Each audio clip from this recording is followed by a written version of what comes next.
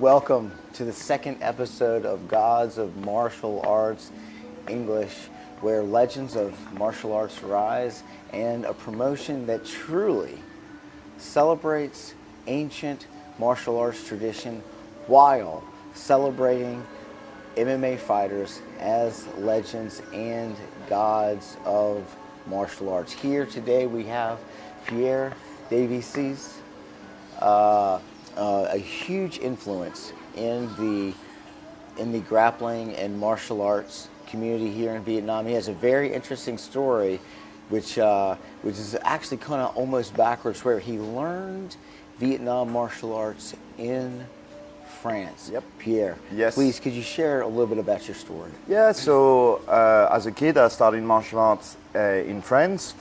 As like normal kids, I want to do Kung Fu. Mind you, it was back in the 90s, so it's a bit old time now. But I wanted to do martial art, I wanted to do Kung Fu, so I went to my local sport complex, and there was no Kung Fu, but there was Vo Co Truyen in Vietnam, which is the traditional Vietnamese martial art. And so then tried it, and I really enjoyed it. So I did it for 15 years, kind of. Yeah. 15 years, that was amazing, that was great. I thought I was an accomplished fighter and everything. And then I moved to Vietnam after that because I really love Vietnam. So after my uni, I went to Vietnam and cross-trained with judo players. So, ground is interesting. Ground is interesting. Let's back up a little bit. Tell us a little bit about this Vietnamese martial art. I mean, it's very different than what we're used to in MMA. In MMA, we're used to like Muay Thai, the boxing, grappling, and wrestling. But this involves a lot of different things that us martial artists aren't used to. Can you share a little bit about what it's like to train with that Vietnamese martial art, with the sticks and stuff? Okay, so Vo Co Truyen, which literally means traditional Vietnamese martial art in Vietnamese. They try to be a holistic combat sport. So you would have locks, you would have obviously kicking, kneeing, elbowing, almost everything is allowed. As a matter of fact, they also in Vo Co Truyen have a form of competition which is a bit like Gma is trying to do. They call it Vo Co, which means free fight. So they do that obviously because it's a sport. They still have some rules. Mm-hmm. So we train absolutely everything, and so there is a little bit of ground as well. Let's face it was mostly stand up, but there's a little bit of ground. So that was really cool.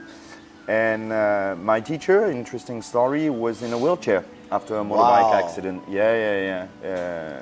Tetraplegic, so he could literally only move his arm. And he was teaching us a very different way that I still use now in my teaching, because he verbalized, he actually put words on every action, very detailed, so you do have a plan in your head. Yeah. That was really interesting. That's actually very interesting, because my father, studied martial arts as when he was growing up, and he would share with me. He studied karate. He would share with me that his teacher actually was in a wheelchair. And this is actually the second time in my life that I've heard someone where their original teacher, or their teacher of martial arts, was in a wheelchair. What does that say for that teacher? It speaks volumes. Yes, definitely. It speaks volumes that you're able to communicate the knowledge of the martial arts to your students in a way that they can apply it practically. This guy has been a major influence in my teaching of jiu-jitsu, but also I'm a teacher by trade. I teach in an international school's PE, and I still use some of his techniques, because if you verbalize perfectly what students are expected to do, the results are much better than if you just show them, because not everybody work the same. Yeah. Also true, there will be some students that won't be receptive to that. Yes. But because you already trained some students that were receptive to that, if the speaking doesn't work, you can always say, Anthony, go and show him that movement, and then it clicks. So it works very well. And yeah, this guy is a bit of a father figure for me as well. Like to this day, we don't train. I don't train this martial art anymore. But every time I go to my hometown, I would go and visit him, because he taught me discipline, but not discipline in the martial art. Discipline, be on time for training. If you miss a training, just give us a call. We're not going to be upset, but you just say, well, I can't come today, I've got that. Fine, no problem. And I still say that to my student. You have your life, you can't come, but just send me a message so I know who's in the room, and I can make the training for the people in the room. Exactly. And what was it that brought you to start that martial art in the very beginning? Honestly, I still remember going to that gym and see these guys that were already black belt doing incredible things, like movie things, flying scissors and everything. And as a 12, 13 years old, I was like, oh, that's amazing, and I want to do that. No, with the time you understand that it's decorum. It's part of that. But as a matter of fact, you also train athleticism about that you can use in other aspects of the sport. So yeah, that was clearly the show aspect, and again, that's why also I'm relating back to GMA, because you have this kind of show of production value that is really amazing in traditional martial art. No, that's amazing. Yeah, and I really believe that traditional martial arts have a role to play. We do have in Vietnam some amazing athletes. Kung Le was one of those, one of the first one here. He did Vietnamese martial art as well. It does work. Of course, you need to adapt to the competition system you're doing, but in MMA, it could work if you train properly. Yeah, absolutely. So you started the Vietnamese traditional martial arts, and you became like a second-degree black belt. Correct. Yeah. And then you came here to Vietnam for about 3 years. Is that correct? Yes, 3 years in 2004 or something like that. Okay. And then you went back to France in 2007. Yes. And then it's there when you started jiu-jitsu. Is that correct? So can you kind of take us through, like, why did you do that? Like, what was it, the thing that made you click to decide to do jiu-jitsu? Right. So, as I said, in Vo Co Truyen, we have a little bit of ground, really tiny bit, but a little bit. And I like this aspect of the sport, so I want to learn. And at the time, UFC started, you see a lot of fights, so I was going on YouTube, showing the technique, and I still remember showing the YouTube when they were showing single legs to back take, and I was like, that would never work, And then an advertisement popped up, Gracie Barra opening in my hometown. I went there. I'm a second-degree black belt. I'm gonna show them. They showed me. They showed me. Oh my God! Yeah, those white belt with 6 months was doing exactly that. Single leg me, put me to the ground, take my back, choke me, and I was like, all right, I love that. I want to learn how to do that, and I never stopped. Wow, that's interesting. So how long did you train jiu-jitsu in France before you come back here to Vietnam? Okay, so I trained jiu-jitsu about 2 years in France. Then I worked for the Olympics. Really? Yes. Whoa. Touch on that a little bit. Yeah. The Olympics in London, 2012. Okay. So, 3 years. 3 years in France doing jiu-jitsu. Then I moved in 2010, 2011 in England to prepare for the London Olympics. Yep. Not very interesting. I was just logistic manager there in London. But that was amazing.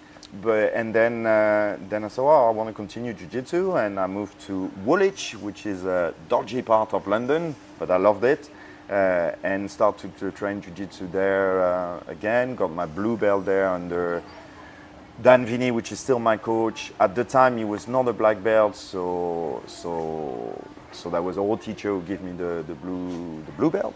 And then the teacher left, and Dan took over, and then Dan has been my coach forever, and I'm so grateful because he's an amazing fighter.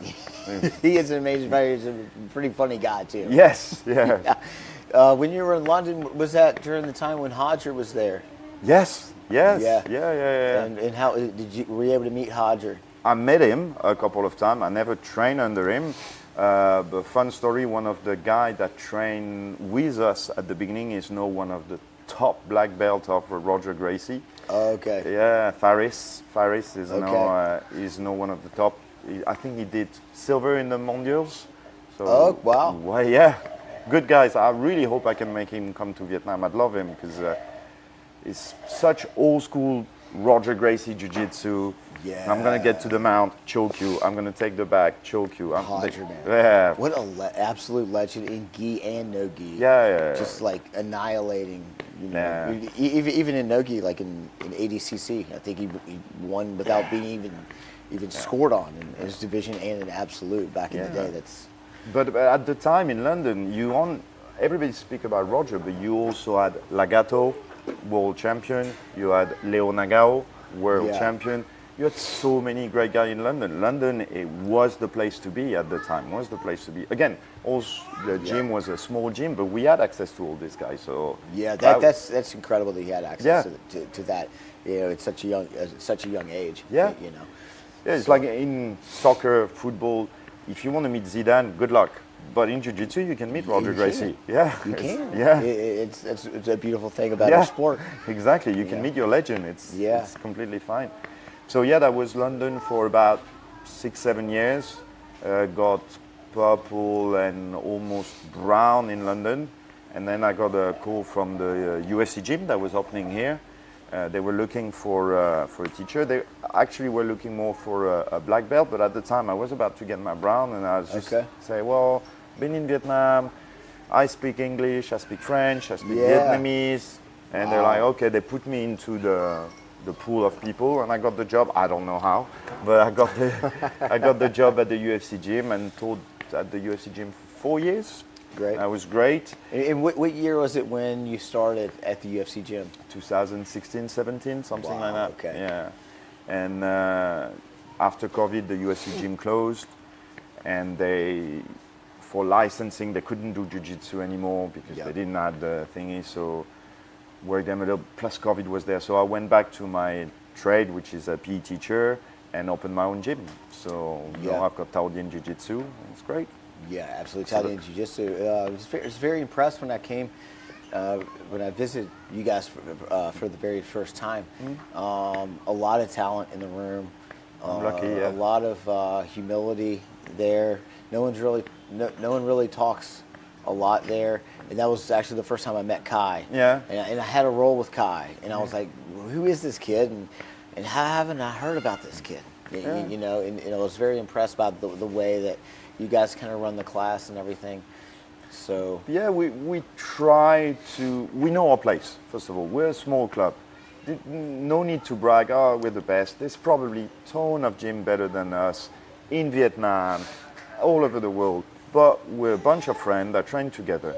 I'm saying that a lot, and I write articles for JITS magazine from time to time. Yes. And my next one will be on that. I think to be a good teacher, what you have to do is build a room. That's it. Build a room. And know what your room is about. My room is mostly hobbyists that like to be together, but they love jiu-jitsu. That's it. Yes. So I'm not training pro fighter. I'm not training people that will will the mondial. We train people that are happy together.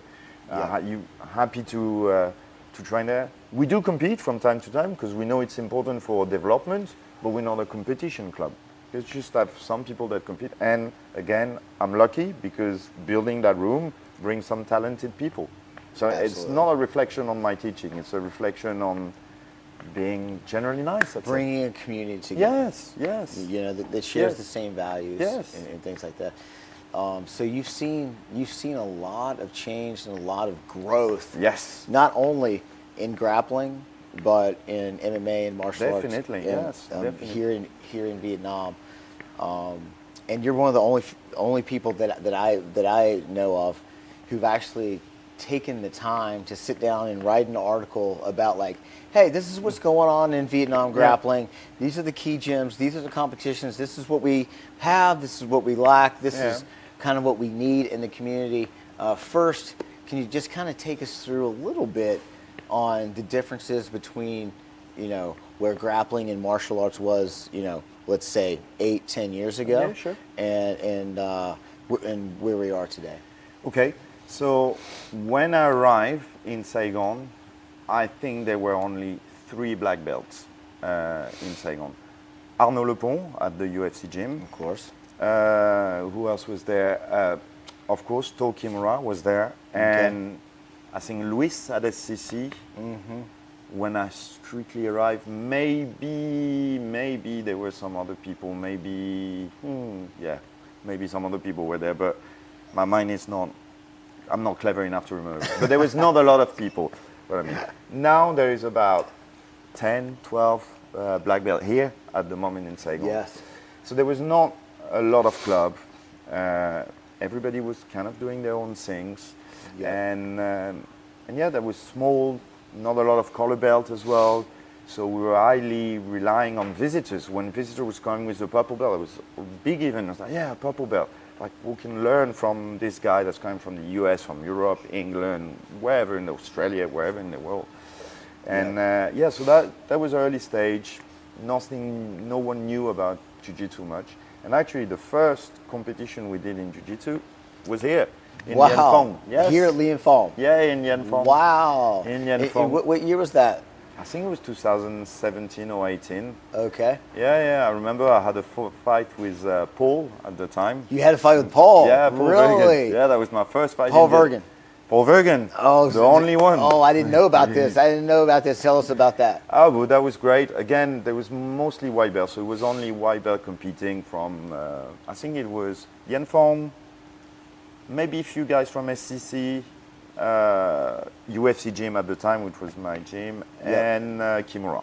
Okay. And we were all there, and it was good. It was fun. It was meeting everybody. Everybody was there. And the fight with Paul, but Paul is good. That's the only thing I'm gonna say. Yeah. So were there? So let's go back. Let's go back to that.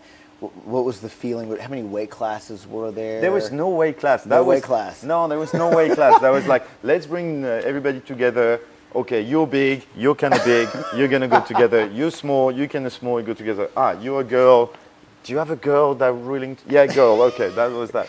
But that's what you need. You need to start somewhere. You can't, if you expect to have like a 66 kg together and 77 kg together, you will never make things happen. And that's what you do as well with Saigon Saga. Let's make things happen. We don't have to wait to be completely perfect. We take it, we make it happen, and we make it better after. Exactly. Well, so let's go back to that competition here at Dien Phu. Was this like the first real community competition where a lot of people were meeting each other for the first time? That I'm aware of. There were, maybe I'm wrong. Maybe there were some smaller even before, or even that I was not aware about. But that's the first one I participated in and witnessed. And yes, that was that. Like a lot of people were there talking, or people were competing here. Okay. Kotani was there. I remember Kotani. Yes. Kotani was there. Thao was there. No, it was a fun event. It was a really fun event. Yeah, fantastic. And after that, we had Saigon Open, I think, that happened after in SCC. Yeah. And that's it. But at the time, there was no real opportunity to compete in Vietnam, so that was great. Absolutely, excellent. We'll get more into grappling and its evolution later, but what have you seen in terms of mixed martial arts, MMA, the growth of it in Vietnam over the last 8 to 10 years?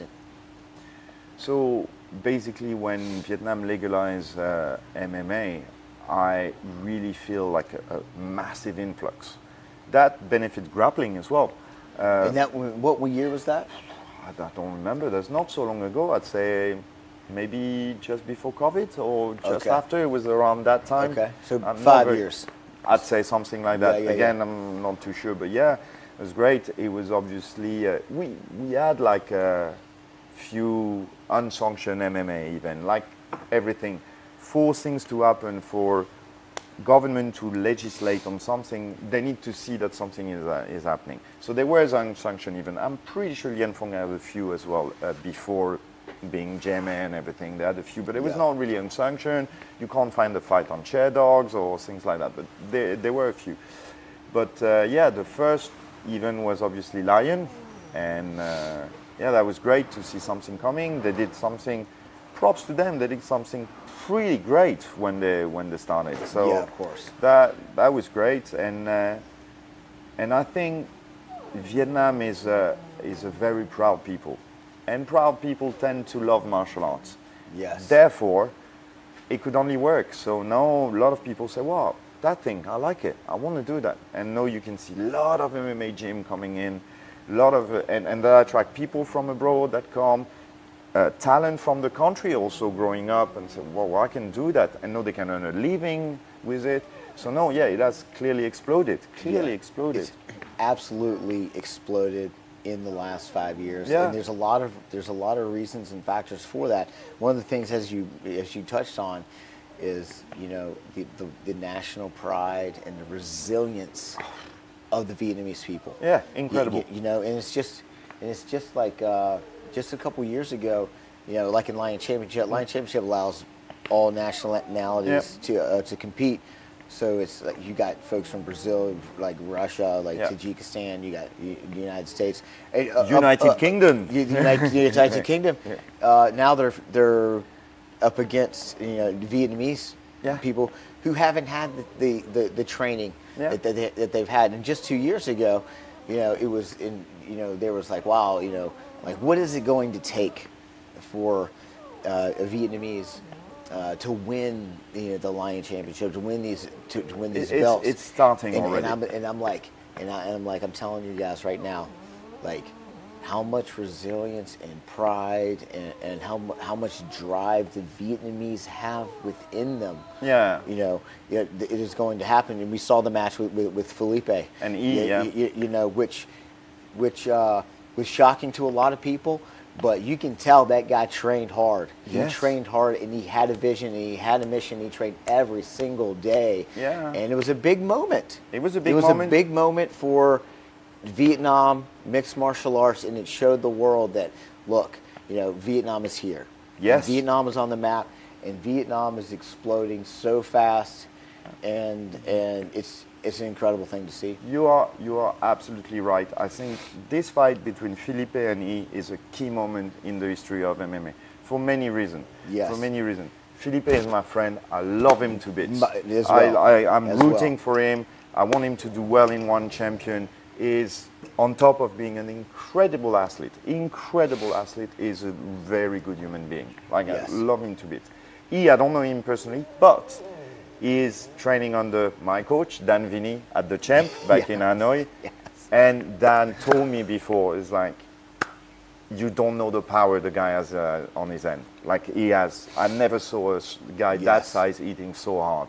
So if it stays on the feet, like, he's got a chance. And that's what he shows. He shows how to address a world-class grappler, in the cage, and did it. And also, something very important. He got drafted by the UFC Talent Institute, I don't remember. So he had a training in China in the UFC Talent Institute, which I'm sure helped him. And also, he won. Props to him. Great to see a Vietnamese champion. And on top of that, I want to address that the reaction of Felipe, top notch. Great. It was so good. It wasn't long after that. I was just driving down Swan Tweed, and I just stopped, and that's to Felipe. I was like, Felipe, man, I saw the last fight, and my heart goes out to you. And he's like, man, you know what? It happens. And he trained hard. He owned it. And I have a lot of respect for Felipe because of that. Exactly. You know. Exactly. And he told me, because he trained a little bit with us before his fight, he said, I want to show that I'm an MMA fighter. So he went out of his comfort zone to entertain the Vietnamese public. Exactly. To go in the field of the guy is maybe trained better than him. Yeah, man, for sure. You have to have some, sorry about language, but massive balls to go there. He could literally go, take down the guy, do his jiu-jitsu, and everybody say, no, so okay, we're going to trade a little bit. And next time, maybe the issue will be the outcome will be different. And that's props to Felipe for doing that. Massively. Because I mean, like when Felipe was doing the MMA fights, you know, using his grappling, the matches were over in seconds. Yes. I mean, like 89 seconds or something like that. But he chose to stand on his feet, and so massive props. Definitely. To Felipe. But key moment for Vietnamese MMA, because you show that Vietnamese, they can stand with world-class guys, the guys that fight in international promotion. And no, ONE FC is like taking guys from Vietnam. So it's great. Yep. Really great. So now let's talk about MMA promotions here inside of Vietnam. Yep. And then globally. Yep. And and then how that relates to Gods of Martial Arts here. So what we've seen on the global scene, we all know UFC. Yeah. We all know like one championship, and that's really what got MMA off the ground. And now people understand what MMA is, and most people know what UFC is. Take us through a little bit about the MMA promotions here in Vietnam that you've seen in the last 8 years, and how it's evolved to the first GMA show that you came here. Yeah. It was back in October, I believe. Something like that. Yeah. Well, UFC, we all know what it is. ONE FC is a bit less known, except if you're a fan. People do it. I don't really know what to say about the UFC, because the UFC is what it is. That's what started everything in the world of mixed martial art. Promotion in Vietnam, there was not so much at the beginning. Lion started. No, we've got foreign promotion as well, like Angel FC is coming in Vung Tau. You have Arena of Fighter as well, which is doing a nice promotion. Obviously Lion, I think I've touched on that.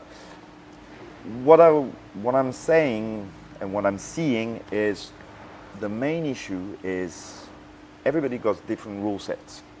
I know Lion addressed it, and also thank you, Lion, because they invited me for the rules meeting. I couldn't attend because it was in Hanoi, but they're trying their best. But every promotion has their different rule set, which is not as close as the unified MMA rules. And GMA is the closest to the unified rule. That's what you need.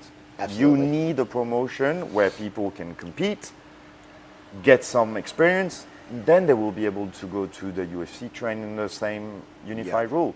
Like again, my coach Dan won his fight in Angel FC, and everybody was, but that's a bit weird. I'm like, but you compete in a rule set, you apply that rule set. That's Johnny Depp Chai. Johnny Depp Chai, my man Johnny Depp Chai, which is, oh my God. Shout out to the coach, he's fighting bare knuckle in the US in 2 weeks. Wow, that's incredible. Yes. So I have my own story. When I first came to God's Martial Arts, I heard about it and everything, and it's just so magical. What was it like? I've been to other MMA, went to Lion Championship, and I did all these things and things like that. What was your feeling when you first walked in here at Lee & Vom at Gods of Martial Arts? What were some of the things that stood out to you that where you knew Gods of Martial Arts was different? Okay. So, very simple. I was there at the door waiting to get the entrance, and I don't hear like Vina house music or big music. I'm like, wow, okay, different Vietnamese music, Vietnamese artists. Then I get in and I see the setup. I'm like, wow, I'm in blood sport. And again, I'm a 90 kid. I'm in blood sports. That was beautiful. The way the ring is. I know it sounds silly, but for me, I want to be entertained. In GMA, I am entertained. Not only by the fighter, which are excellent, very good technically, but the promotion value. Like the ring with the dragon head. That's fantastic. The picture that you still have on the wall, that looks amazing. And maybe it's a bit touchy, but still, ring girls. Yeah, angels. GMA angels. GMA angels. Yeah. I mean, the fact that they're dressed like that, one could say kind of a Zen top thing, I find it much more entertaining and much nicer than to have bikini girls. Like honestly, of course, I find that's so cool. That's so cool because it respects the woman, it respects the Vietnamese woman. Yes, that's beautiful. Absolutely love it. And the fighter is amazing. The way the refereeing is doing as well in GMA, I love that. I'm a ground guy. I love ground fighting. Wherever nothing happened, we stand them up. I know I'm gonna get few ground people a bit upset about that, but that's what it is. This is not grappling. This is MMA, and this is a show. It should still be a show, and it forced this jiu-jitsu guy to hand submission, hand the top position to do their ground and pound, and just not lay and pray. So lay and pray. Yeah. But exactly. But yeah, no, I really enjoy that. And the banners when the fighter enters. Yes. Really cool. It's really cool. Like if I had a friend that doesn't know about MMA, I bring them to Bellator, 1FC, UFC. Yes, I'm sure they'll have a good time, but they won't be wow. If I've got someone that doesn't know MMA, I bring him to GMA, they're like, wow. And I have that. I have a few friends that do not know anything about MMA, and they came because they had nothing to do, and I bring them there. They follow the whole season. They went all the way to Vung Tau to watch the end because they're like, that's so cool. It's like, if I were to describe GMA in one word, it'd be enchanting. Yes. Like it is such a magical experience. Yes. To come here. I tell all my friends about it. They don't even know what mixed martial arts is, but I promise you come here, it's like a magical place. Exactly. Where MMA is happening, and you have all these different. Well, this year in 2025, last year was all, as you know, we had 3 events, all Vietnamese fighters. Yep. Where they're just testing they're testing the promotion, and they're also celebrating Vietnam martial arts at the same time. And this year, we're adding 5 more countries. Good. It's Cambodia, Laos, Malaysia, Myanmar, and Thailand.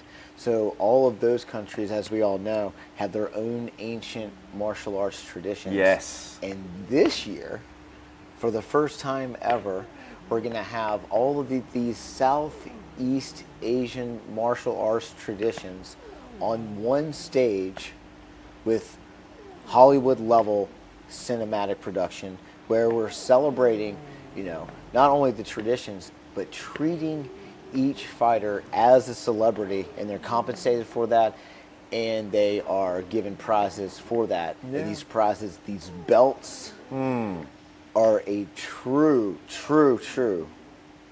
piece of art, and it's incredible to see it. So we've got 8 events this year coming up. So we got 4 Vietnam events and 4 international events. And basically what's happening is the Vietnamese, they're having their own tournament, right? And which gets to the finals, and the international, with those 5 countries I just mentioned, they're going to have that. And the winner of those 2 larger brackets are going to end at the very end of the culminating international finals at the very end of the year, which will be in December. We're going to see that. Nice. So what do we have here? We've got you got the Vietnamese traditional martial arts. Yes. We have Muay Thai. Yes. Of course. We have Kun Khmer. Yes. We have Lethwei. Lethwei, yeah. I mean, unfortunately this year we do not have any Laotian fighters. Okay. This year we don't have any, but we also have the Malaysian MMA fighters. Where at least the amateur MMA promotion scene in Malaysia, there are a lot. Yes. So they do have a lot of fighters there, mainly amateur, some pro. So they probably have like the most MMA experience of all of these countries combined. Yeah. So every country. Thailand has a lot as well. Thailand has a lot. Just being an international recruiter. Yeah. You have. It's hard to get. A lot of Thai folks, they just want to do Muay Thai. Yeah. They just want to do Muay Thai. So there's not as many MMA fighters, but if you have a really good Muay Thai fighter, a really good one who's really good at the clinch, you're not going to have to teach them too much to transition. Definitely. Because they're going to have good stand-up, they're going to have good takedown defense, they're going to be good on their feet, they're good at the bounce, they're good. Exactly. They're good at everything. So ask you this. Yeah. How do you think these ancient traditions are going to match up? Like, what's going to happen with the Lethwei fighter against a Muay Thai fighter? What do we expect this year? But that's what we want to see. That's exactly what we want to see. We don't know, and nobody knows. If someone can predict, please tell me how you do that, because we don't know. Obviously, everybody now is aware of what the other people are doing. We're at a time where Lethwei fighter, they know exactly what Muay Thai fighter, what a Jiu-Jitsu guy will do. So they know they can prepare within respecting their own tradition. So I'm really, really interested in see what's going to happen. Like, I'm a jiu-jitsu guy. I'm decent, not very good, but decent with my stand-up. Thai guy put me in a clinch. I'm useless. I'm useless. If they're really good, they're just balancing me all around, and you're like, oh, but I wanted your leg. No, it's not happen. So yeah, you have to respect that. Like, you have to respect every traditional martial art because they add value. They add value to the general knowledge of the science of martial art. So to answer your question, I don't know what's going to play out, but I'm really excited to see it. It's super exciting to see because you have all of these traditional the ancient martial arts. You know, all these martial arts are older than the United States by far. You know, and now you're going into an arena with a rule set that no one is really that used to. Yep. So what we're seeing already is, the Cambodians and the folks in Myanmar, they're starting to realize what's the prestige and the MMA promotions that are really solidifying and combining here in Southeast Asia, and people are starting to realize, okay, all right, now we've got to learn MMA, now we've got to learn grappling, now we've got to learn a little bit of wrestling. So you're starting to see these amateur fighters or these fighters who've been doing Krav Maga or Muay Thai, and they're starting to be like, okay, now we've really got to start leveling up, and we've got to adapt and innovate so that we can go to gods of martial arts and compete in these international promotions for this prestige, for this promotion that truly celebrates the legacy of the country and the martial art that they come from. Definitely. Like, to quote my old teacher, the guy in the wheelchair, that's what he was saying to us. Like, we could go train wrestling, we could go train whatever. He said, just keep a base, then add everything you want, but just keep your base and add these things to your base. And I think that's what those guys will do. Like, they will surely need a little bit of wrestling, they will need a little bit of jiu-jitsu, they will need a little bit of everything, but their base, lightweight fighter will elbow you. That's what's going to happen. They will, no headbutt, but they will elbow you. Yeah, so, they will elbow you, but in terms of left way, they're used to not having gloves. Yes. So it doesn't take as much to knock someone out. No. It doesn't take as much. You hit them in the ribs and things like that. So they're going to have to adapt a little bit too, because they're going to have to punch harder to get a knockout. Yes. They're not going to be able to use their head. They're not going to be able to use some of the things that they're used to. So it's going to be an interesting. Yes, it's going to be extremely interesting. But Gma has always been interesting. It's just going to be more interesting. That's what it is. That's what it is. Yeah, I'm super excited. Plus, I've got a guy competing in Gma from Thao Jiu-Jitsu, Lap. And okay. I hope he'll do well. And we hired at Thao Jiu-Jitsu a new coach for MMA, Vinod. Vinod is from Malaysia, so he knows the he knows the Malaysian scene. So that's going to be great. We're going to prepare him. Yeah, absolutely. So let's talk a little bit about the relationship between the growth of these MMA promotions here in Vietnam and how that relates to grappling. Okay. So what is your view? Well, I think grappling was there for a long time. MMA came, but when MMA came, it created a vacuum for grappling because they realized you need grappling. You need grappling, and the folks at CATH showed that as well, that with great grappling you could do real damage in the division. Yes, for sure. So now you got a lot of people that want to do grappling. I got people knocking and like, I want to learn grappling because I want to do MMA. I already done 12 years of Muay Thai. I was like, yeah, that's pretty much, you do need that, otherwise it's not going to go super well. So yes, the growth of MMA bring more people into grappling. There's still a huge work to do, but I think we've got all the assets here in Saigon and back in Hanoi as well, in Vietnam, all around the place. We've got some fantastic grapplers. Like, you got amazing Vietnamese talent. You got Son back in the north, like national champion. You got Ming, the girl in Da Nang, which is amazing. Yes. In Saigon, we've got so many people, it's going to be too long to name. We've got some wrestler guys coming. One guy is called Zac. I don't know if you know. He's got an amazing wrestling. Tell me more about this guy. So yeah, there's some guy that can help us in our wrestling and every department. So no, MMA is growing because of that. The grappling is growing because of MMA. Not only, but because of MMA. There's also another impact is that Vietnam is a sweet country. That's the best country in the world. Yes. And yes, you see people coming and they're like, oh, I was just visiting, but I think I'm going to settle here. Rob Diggle is like, loves Vietnam now. Yeah. Of course, he's still traveling everywhere, but we've got like world caliber guys here. We've got Alan Shibaro that just came and told me yesterday, I think I want to settle here. We've got a lot of people that are like very accomplished grappler, people I was looking up as a blue, purple belt that's no here. So to touch back on what we said, maybe Vietnam is going to be the London of Europe. Maybe Saigon will be, maybe Hanoi will be, where if you're in Southeast Asia, you've got to come here because this is where the grappling scene is. We have the potential to really be a grappling hub in Southeast Asia, and there's so many things that people overlook, and that's why it hasn't been growing as fast. But as you mentioned, just 5 years ago, everything has been legalized, and it is growing at an exponential rate. It's crazy how fast it's growing. Let's talk a little bit about grappling competitions in Vietnam. From the perspective, if you look at, the average Vietnamese person cannot afford to go and fly to Malaysia and Thailand and Bali because it's very expensive. It is. It might cost you like $500 to $1,000 once you pay for your plane tickets, your hotel. To register for ADCC tournament can cost you up to $100, and whatever else you do during the trip, you want to take advantage of it, right? When I was growing up, when I was 14, 15 years old, you could wrestle every weekend. I'm 40. I'm turned 40 this year. Me too.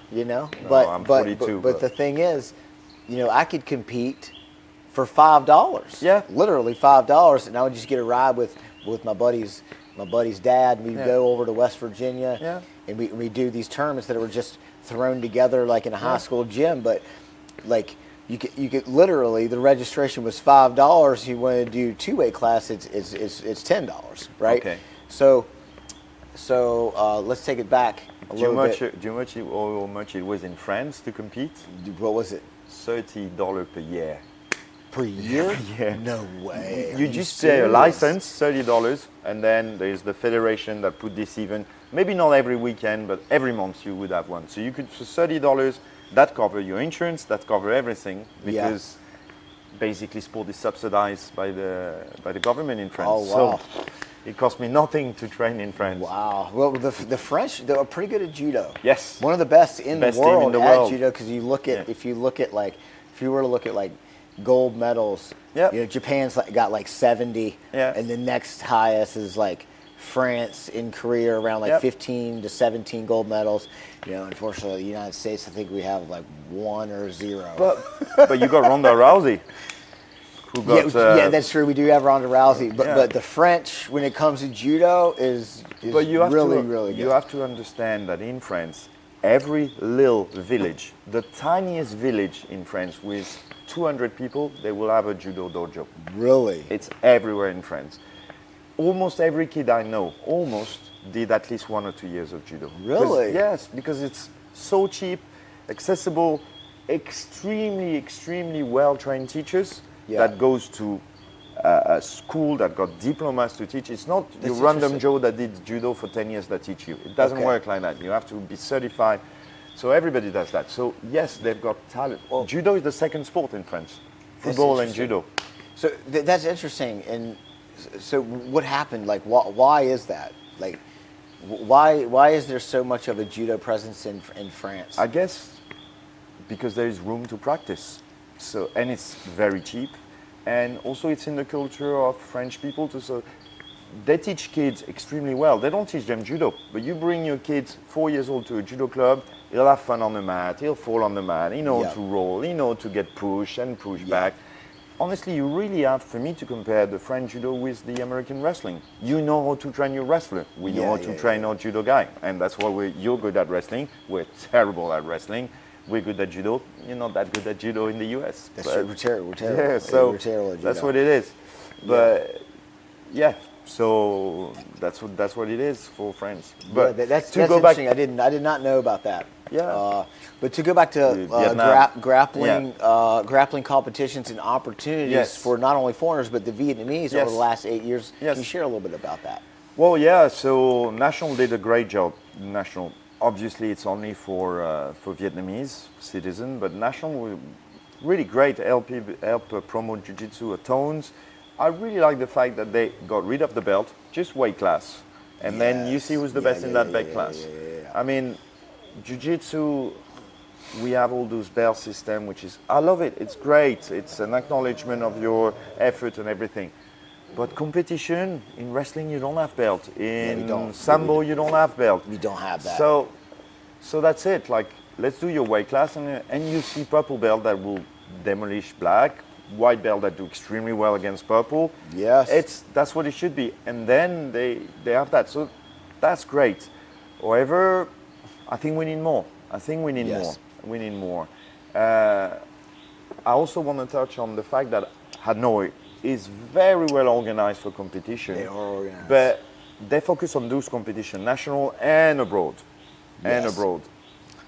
Whether here in Saigon, maybe it's due to the culture, I don't know. We're more doing super fights, ADCC, those kind of events. We're not doing the whole creator Ho Chi Minh team or stuff like that. It will happen for sure. I've already been approached by several guys from the government and the Judo Federation and say, oh, Pierre, can you help us doing like linking together? I'm not sure it's my place to do so. I'm happy to help. You mean like in terms of what exactly?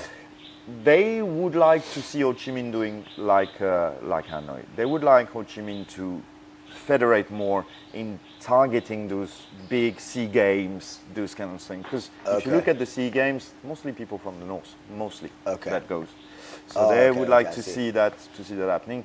Whether here, because the way the scene is, we're doing like the Saigon saga, we're doing the stuff. Saigon super fights. Yes, Saigon super fight. Sorry, Yeah. So that's a bit different. I think culturally it's a bit different.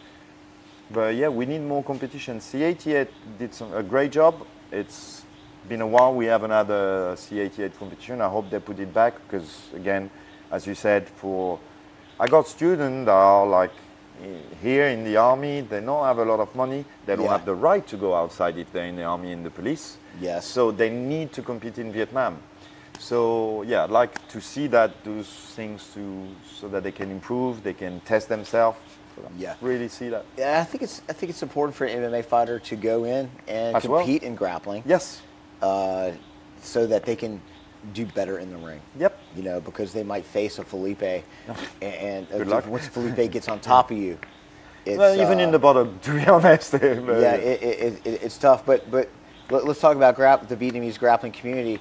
Relatively, under-resourced community if you compare it to, Brazil or the United States or even in France and parts of Europe and especially in London.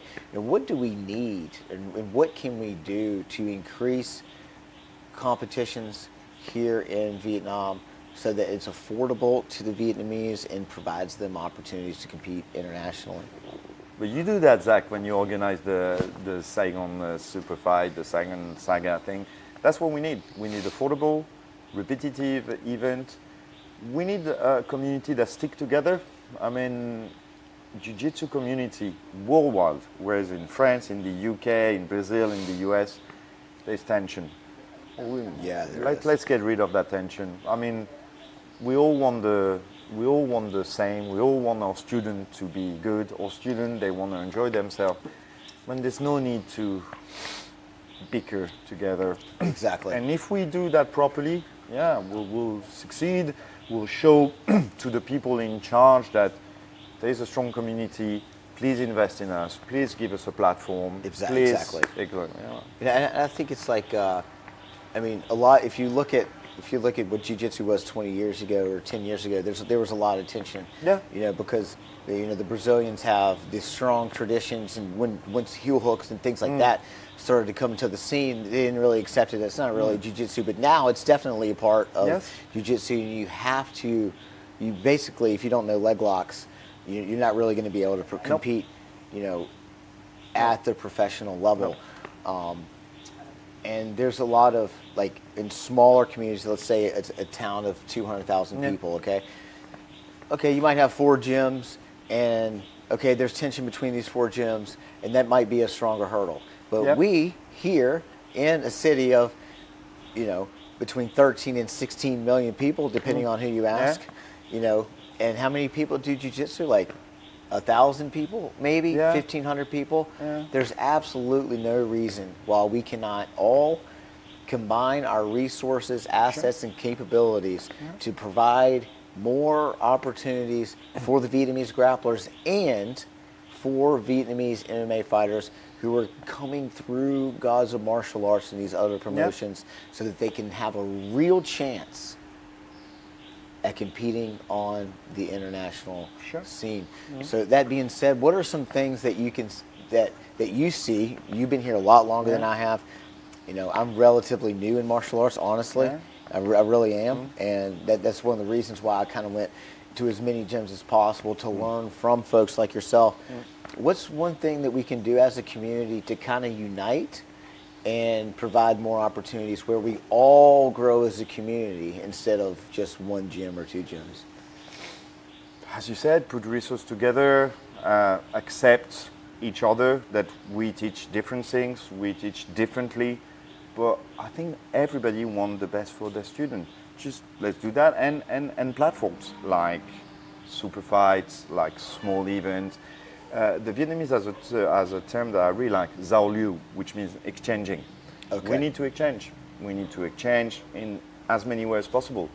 What I'm starting to do with my club, and I'm really welcoming everybody to do the same, I invite gyms.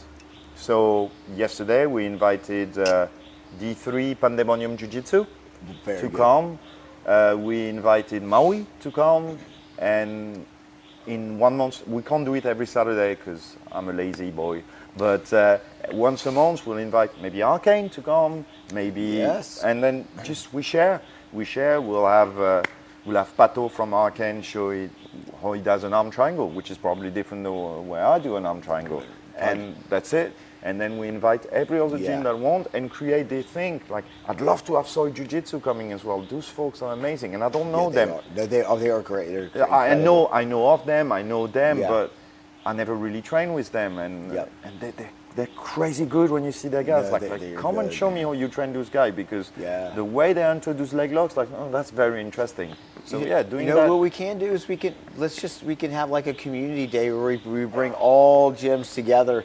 We find a space, maybe it's K1, maybe it's somewhere else. But I tried to do that this year again, but last year we had this seminar, 12 hours of jiu-jitsu, where 1 hour we had the gyms teaching, 1 hour open mat, then another coach.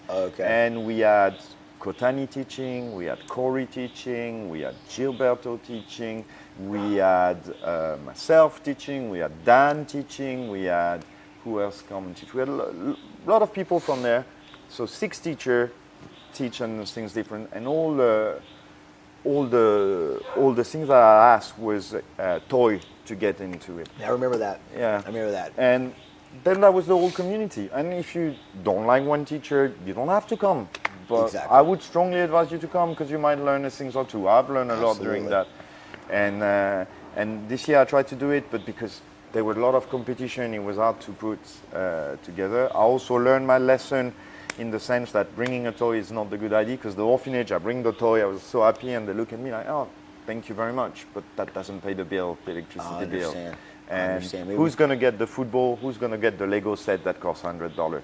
So next time I'll just ask milk and rice to get in, and that they're okay with. And we'll do it. So we can do even like that. We can do that, no problem.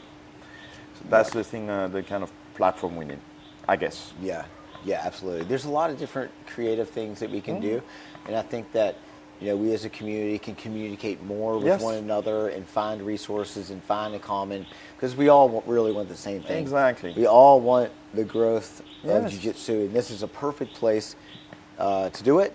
Where the Vietnamese and the foreigners really work well together in a way that, I've never really seen anything this special anywhere that I've been in the world in terms of the fusion of the locals and the foreigners. When it comes to martial arts, the Vietnamese are so easy to work with and so open. Like I got a few, one of my guys that trained with me is a purple belt now.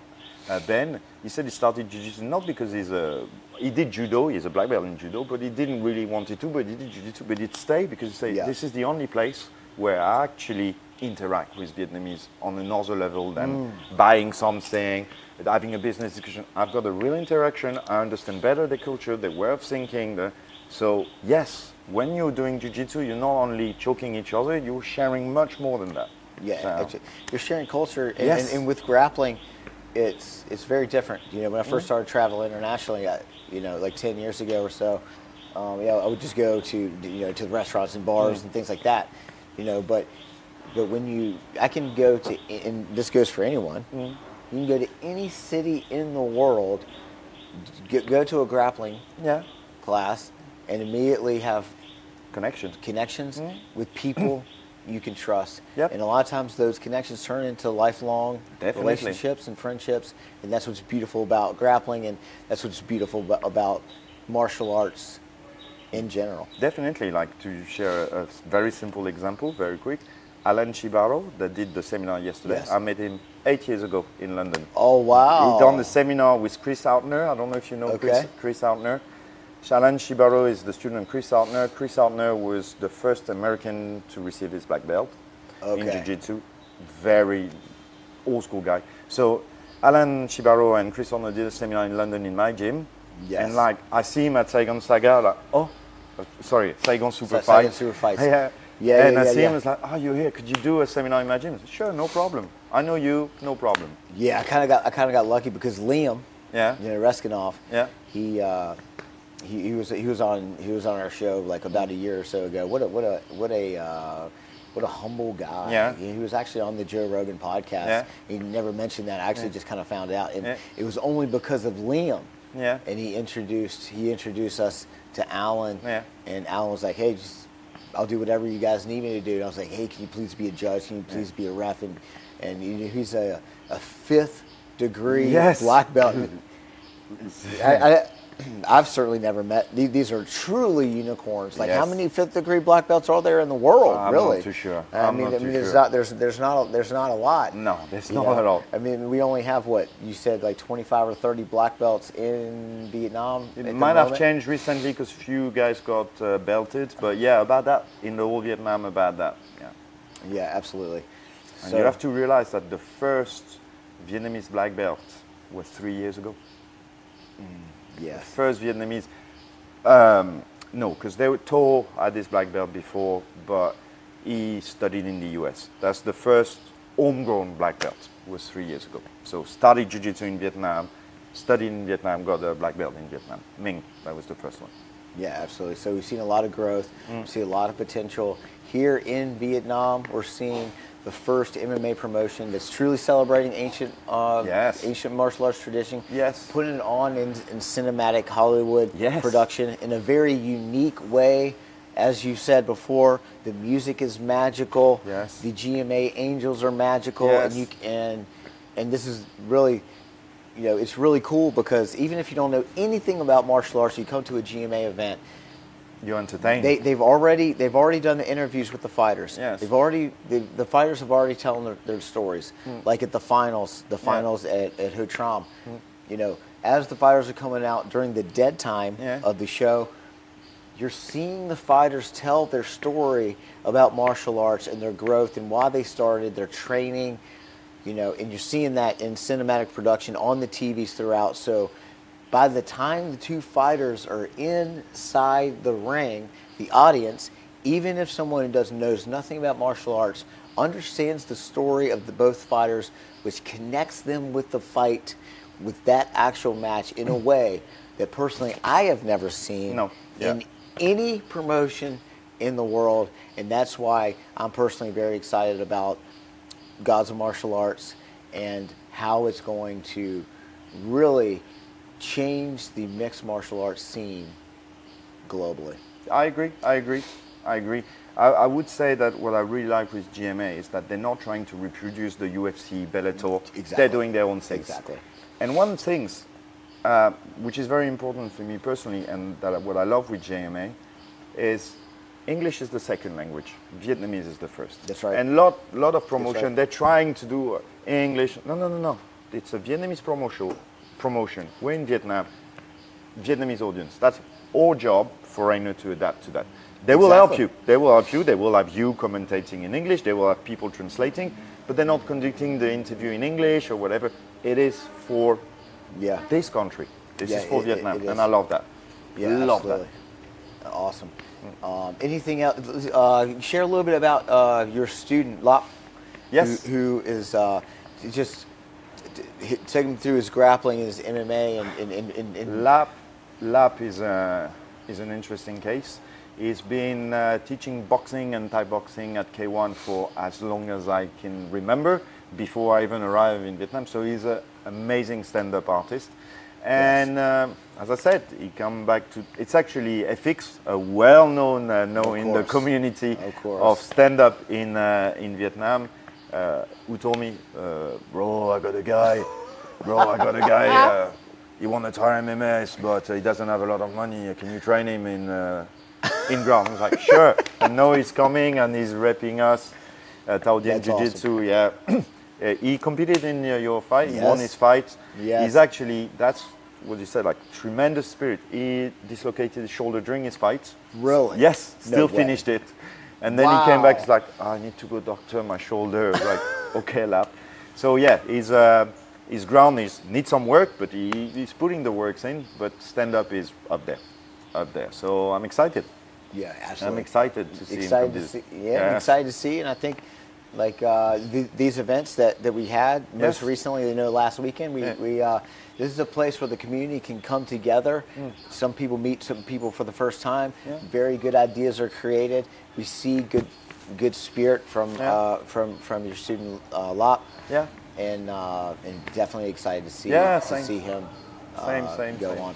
So you already competed in Lion 2 or 3 times, Arena Fighter 2 or 3 times. So no GMA, so we're excited. Yeah, absolutely, and we can. So we're closing up toward the end of the show. We've got 8 events. This year. Cool. I'll be there. Can we expect you to come? Of course. I'll be there. All the event I can, I'll be there. Happy to help, or just to watch. That's the best. Yep. So the next event is going to be on 19 April. It's going to be a Vietnamese only event, and it's going to be right here at Dien Pha. All the Vietnamese are able to come. All our foreigner friends. It's very easy to come down here to Dien Pha. We do have some events that's going to be in Ho Tram this year. Some of the international events, don't know exactly how many at the time, but very excited. Gods of Martial Arts, the first real mixed martial arts promotion, truly celebrating ancient martial arts tradition while treating fighters as celebrities and really understanding and showcasing their story in a way it's never been done before. Pierre, thank you so much. Thank you for coming. A pleasure. And sharing all of your knowledge. I see you always a white belt, right? Yes. Always a white belt. You have on your social media, and that is the way that we should think. And you've inspired many to include myself. So, thank you very much. Yeah, absolutely. So thank you so much, Pierre. Thank you. Yes, thank you so much.